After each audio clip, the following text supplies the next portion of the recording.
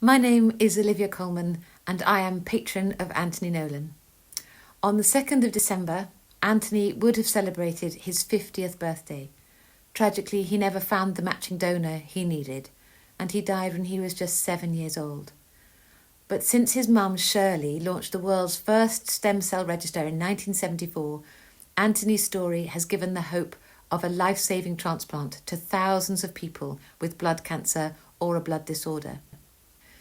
To mark Anthony's 50th birthday, we're celebrating his legacy and the incredible progress Shirley brought to the way blood cancer and blood disorders are treated. Holly's son, Rupert, was given a second chance of life, which has inspired her to share her story.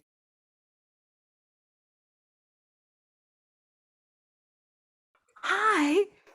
Hi. So obviously we're chatting about Anthony Nolan and Rupert and you and everything, but also in general, how are you? Really good. Rupert's gone to big school. So how old is he now? He is now 13. Teenager. Yeah. Exciting.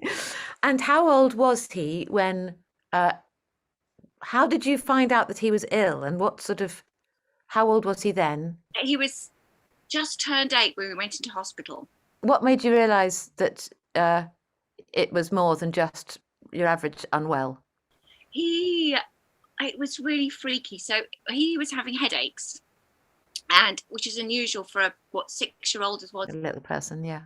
And it was a bit strange. And one of my really good friends, Sarah, had a brain tumor. And I just thought, you know what, let's just get this checked out. And so we did, and the brain tumor turned out to be nothing. There was nothing wrong with it, with that side of him. But going through the whole process, they did some bloods, and it kind of came back and it's like, these bloods aren't quite right. Has he had a cold recently? And no, he seems to be fine. We'll leave it a bit and check them again. Still not right. And eventually we got referred to Great Ormond Street. And we were there for probably about a year. So when we first came in, they said worst case scenario would be bone marrow transplant, and we thought, yeah, it's not going to it's not going to happen, not to us. Right. So you knew by that point it was a blood. It was blood related. There was something wrong with his blood, but we didn't know what it was. Right. We weren't quite sure. And then eventually they came out with this myelodysplasia with monosomy 7. Wow. Yeah. And then we were told pretty much, we'd been tested fairly early on, Toby, husband, and me, and Hector, Rupert's brother, had all been checked to see if we were matches, but we weren't. Right. You can do something that's like a half match kind of thing if needed. Yeah. And so they sort of basically said in the same meeting that, you know, he needed a bone marrow transplant, that we had a match. And oh wow, that was pretty quick. yeah, so for us, we didn't have that horrible, horrendous wait that everybody else does of, you know, trying to find somebody. And I didn't realize then how, you know, how lucky we were. You know, these people who were just waiting. I've met so many people since who are waiting for matches, and it's just heartbreaking. It really is. So what happens is your immune system is completely shot. Yeah. But then after the week of conditioning, you were then given the bone marrow. Right. Amazing superhero person that's We're doing going to talk about him. I want to ask lots of questions. so, Oh, Holly. So this, you know, you've got no idea who this person is. You know, you don't know who they are. You know a lot about them. I knew it was a man. I knew his age. I knew his blood group. And he knew that it was a child because he could tell by the weight. But other than that, you don't know anything about this person who's done something so selfless. This amazing person has done this, but your fear and your worries about that person at the time, you know, I hope they're, you know, I hope they're okay for my sake, but also for their sake. I hope they're okay because we've gone through this conditioning treatment. What if he's got a cold? He can't donate on that day. You know, there's all these things going through your mind. Of course. And then you're told that the bone marrow is in the hospital. It's like, oh, it's here. You know, such a relief. And then it turns. Wow. Gosh, I hope he's okay. You know, I hope this person that's done this amazing thing hasn't suffered too much. I hope they're okay. You know, thank you so much for doing this for us. And then so then after that, it's just a waiting game. He went through some horrendous things in hospital. He had, oh gosh, what's it called? He called himself a yellow banana alien. What's it called? Oh, jaundice. Jaundice, thank you. Yeah. Yeah. He had something called GVHD, which is graft versus host disease, which is where your own body is fighting against the donor's bone marrow, and there's lots of things. And he got skin rashes and horrendous things. But thankfully, there's steroids, and they got him through all that. All you crave for in hospital is to be normal. Is to children, come on, hurry up, get your shoes on, you're late for school, come on, what are you doing, all that stuff that's normal. These people as well are whinging about, oh, I can't find the right shoes, and I was like, I want to have that. You want that to be your greatest worry? Yes. Yeah, to be shouting at Rupert to hurry up. Yeah.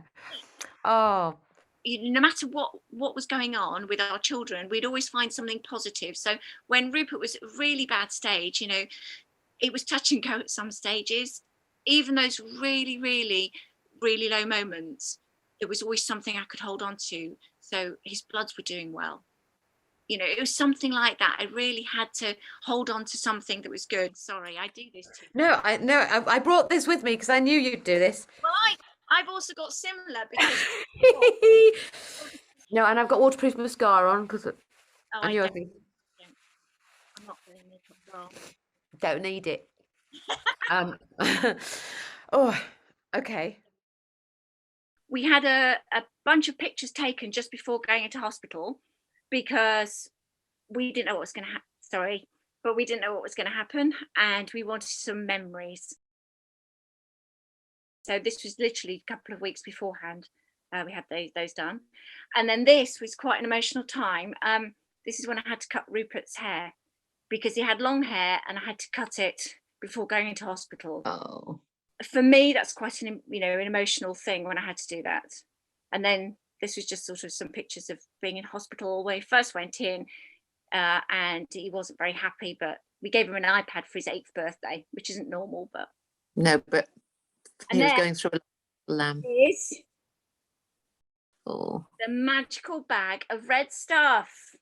So that's actually what it was like going in. He slept through the whole thing, which was actually quite lucky because he hated anything going in him. He didn't like the look of it. If it was clear liquid, it was fine, but if it was dark, so platelets or any of that, he didn't like. Right. Yeah. So that's the magical bag. Magic bag. Oh, little lad. And that's one of the iconic pictures now of when he first came in, and he was watching something on the television, and Rupert was feeling really rubbish. It wasn't well at all, and we didn't notice until afterwards that they were holding hands. Oh, sorry, sweet boys. Yellow he is. Gosh, yeah. What did he call himself? Yellow banana. Yellow banana alien. Hey. So there he is. Crying crying again. What amazing little lad. Yeah. So, and he was having a massage here to his legs because he was in bed for so long that his legs all kind of seized up. I tried to get him up and out. Oh, of course. Really hard. So he was in a wheelchair for a bit afterwards as well. Of course, for not using the muscles and everything. Yeah. We could see right. There. But the next picture I seem to remember. Yeah, but still. Good boy. Yeah. And look at us. There's that gorgeous creature in the middle there. Look at that. Yeah. Look, I remember that. Funny, isn't it, that you're on here? And there you go. That's that was a recentish picture of Rupert that I really loved. Handsome man. What a journey. He's so proud of him for what he did. How he managed to pull that off, who knows? But, well, because he's amazing. He's an amazing lad. He's such a lovely boy. And you're amazing. And I know you struggle with hearing it, but you are. You've raised a lot of money, haven't you, Holly? Love Anthony Nolan. Yeah, I mean, they saved Rupert's life. It's just, yeah. I can never do enough for them. And I suppose with the more research, the more funding, the more successful those transplants are. I'm going to draw a sort of a connection. So Shirley Nolan, who started the charity because she couldn't find a match for her little boy, but she didn't just give up at that point and devoted her life to helping others.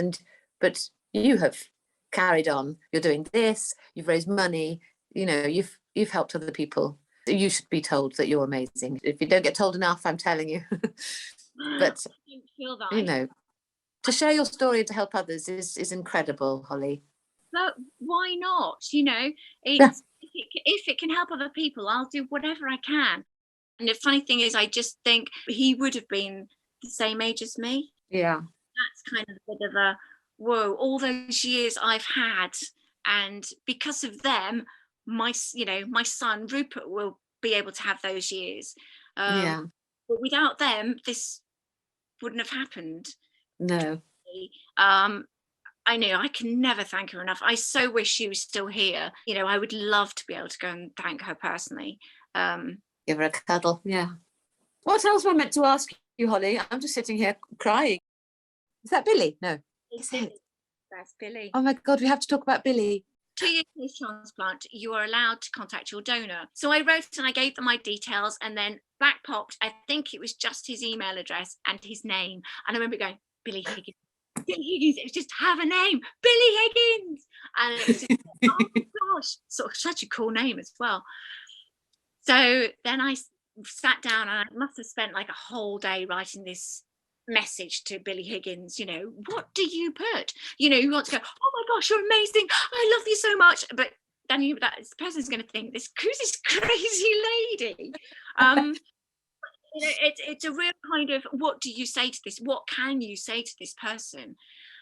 Anyway, so I sat down, I wrote it and got Toby to check it. And eventually I sent this message off. And literally it wasn't long before I got a message back from Billy. So, and then we swapped telephone numbers, and then we arranged to meet. I remember the moment so well, and giving him a hug. And oh, lovely. I hugged him, and I was just like, and then I went, can I hug you again? And just had to hug him again. What do you say? What can you physically say? I'll never forget how I felt that day of meeting him and giving him that hug. And he's like a member of the family. Of course. And he's since had 2 babies.